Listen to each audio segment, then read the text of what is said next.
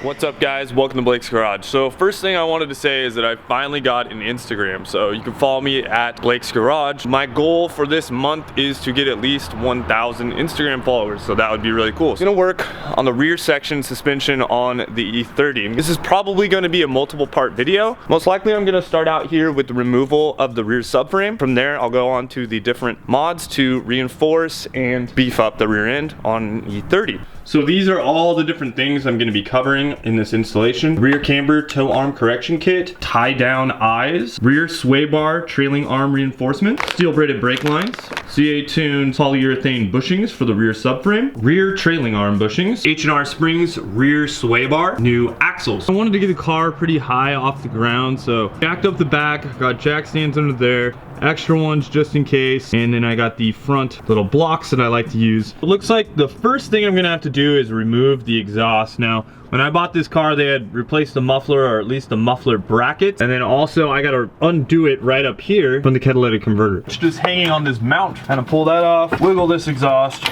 right on out of here. Boom. I'm gonna remove the CV axles now. So I'm gonna go ahead and get my Allen socket and try to break these all loose without stripping them. That's the hardest part. The trick to getting all these bolts out was basically just using the e-brake and rotating the axle each time to where I could get this out. This is where the axle shaft goes in, and there's a nut around this. You're going to have to get the proper socket to remove this nut. Finally got these cracked. These were a 30mm nut, and yeah, they're a pain in the ass to get off. So Yep. Get the axle out of the way. We got to go ahead and remove the lower shock mount. That's going to drop down the spring quite a bit also, so that's going to make room for that. Now we can go ahead and pull out this axle. You can go ahead and repair these boots if you actually want to, but I just went ahead and bought new axles just because I wanted to get some fresh new stuff. Taking a 17mm wrench, I'm removing the 4 nuts around the drive shaft. I went ahead and loosened up the rear differential bushing bolt right here. This was 2 19mm, so 1 on each side. I'm loosening up the sway bar end links for the rear sway bars. Remember, there is some pressure still there on the spring, so be aware of that. So I went ahead and loosened up the 13mm bolt that's on this sway bar mount right here. I did that on both sides, and now you can just kind of tilt this out of here. I kind of wanted to show you guys how this works. You see that little tab right there? That tab actually inserts into here, and then it only uses 1 bolt. I removed this shield right here. So there's 1 here, 1 there, and 2 up front. Those are gonna allow you more access to behind the subframe to where you can get to the brake line. You're gonna wanna get this ABS wire out of the way. Now this is probably pretty brittle if it's anything like mine. Just kind of pull it out of here. Has a little tab, and we just want to get it so the wiring doesn't get messed up at all when this subframe drops.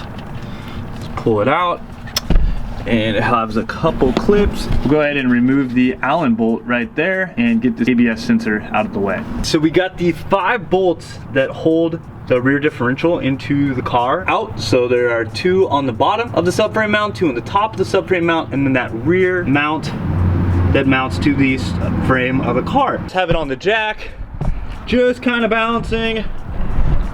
We'll see what happens. It's coming, it's coming, it's coming. Alrighty, cool. Go ahead and pull that diff out. There is the rear differential. It's actually a lot bigger than I thought it was. It's a pretty good hefty size unit. It actually has 373 gears on it. It is an open differential. Read that from the tag. It's got these nice fins on the back. That's pretty standard for E30s. They make another cover that's really cool that has a lot more fins on it. This mount is gonna have to be replaced eventually. I don't have this at the moment though.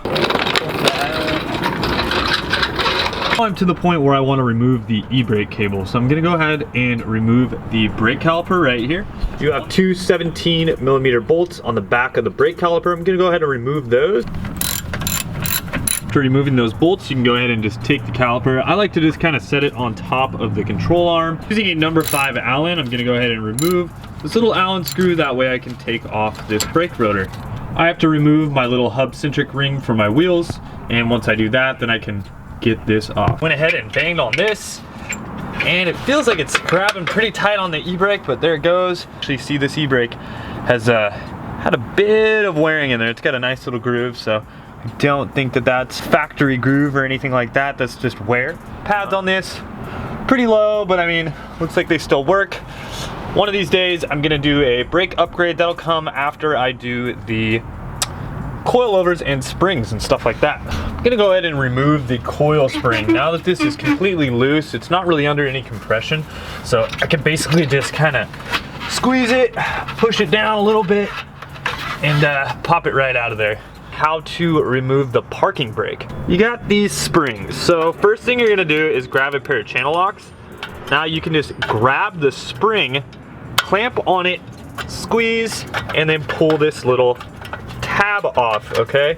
So that is gonna pull out this first little spring. We're gonna set that aside. The main place that we're looking at is right down here. This is like basically the EBrake assembly. So I'm gonna remove that spring thing one more time.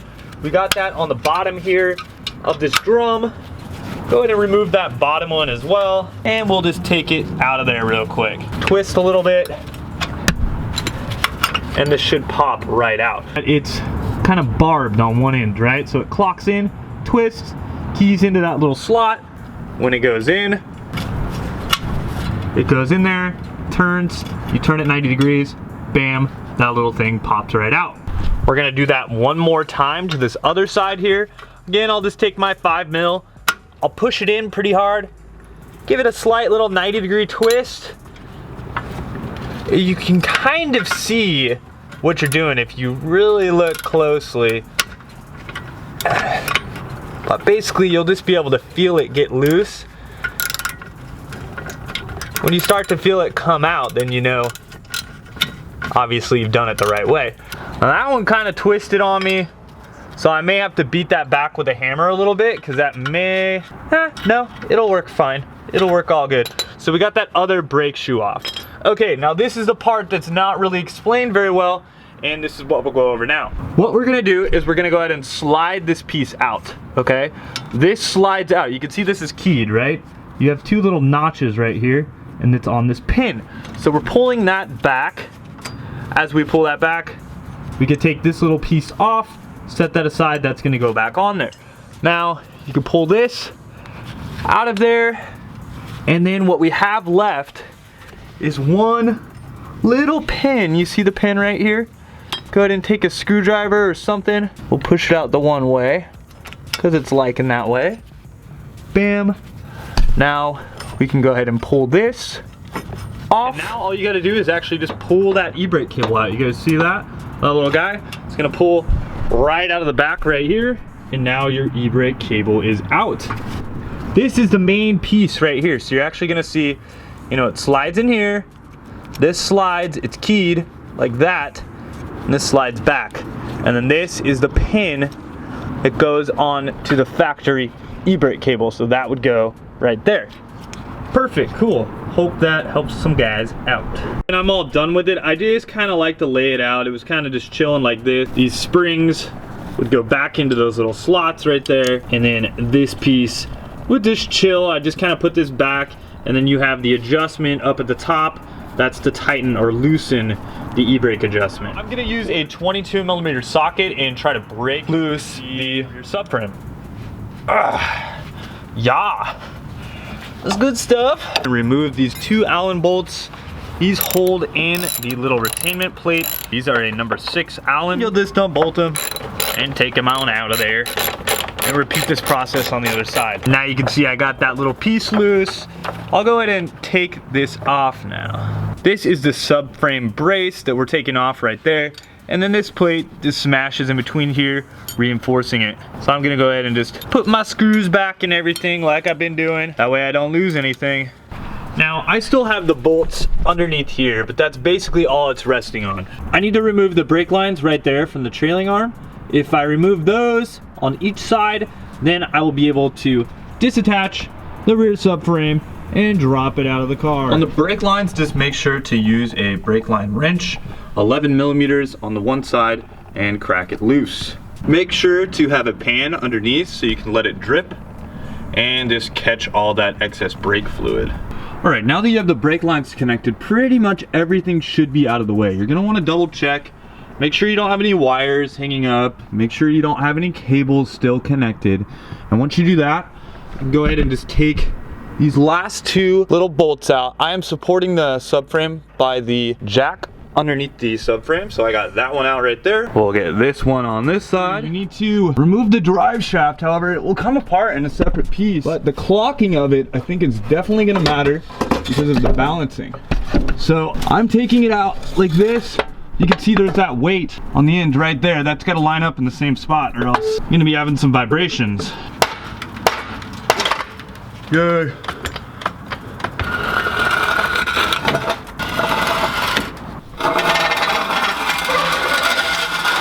Okay, so with way too much effort and time, we got that rear subframe out. These are the bushings we're gonna be replacing right here. Gonna be replacing these ones here. Gonna be welding on some tabs here and a few other spots. I think we'll call that part 1 of the video. So make sure to stay for part 2 where I start to make the modifications to the rear subframe and fix this thing up. Thanks a lot, guys. Thanks for watching. Please like, share, and subscribe. Talk to you guys soon. Later. Wrench on.